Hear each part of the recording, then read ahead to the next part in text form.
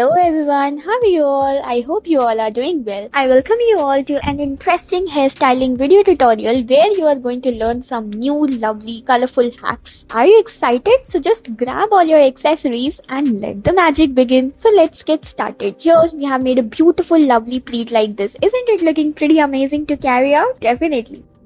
Now tie your hair in this manner and make lovely patterns like this in this way, and with the extra hair left behind, roll your hair in this manner till you get a beautiful result like this and tie them up. Isn't it pretty amazing? Definitely it is. Proceeding further, make a ponytail like this, and with the help of lovely colorful decorative clutches, you have to secure them. Now just make some pattern in this, a zigzag pattern in this way, so as to get a beautiful braid like this. Not a simple one, it has to be something unique, right? Now take the hairs out in this manner so as to give a little messy look. Isn't it pretty enough? Definitely it is. Wow, this is damn amazing. Proceeding further, make two pleats like this, and let's see what are we gonna do. Just zigzag them and tie them with the help of lovely clutches. Pretty amazing, right?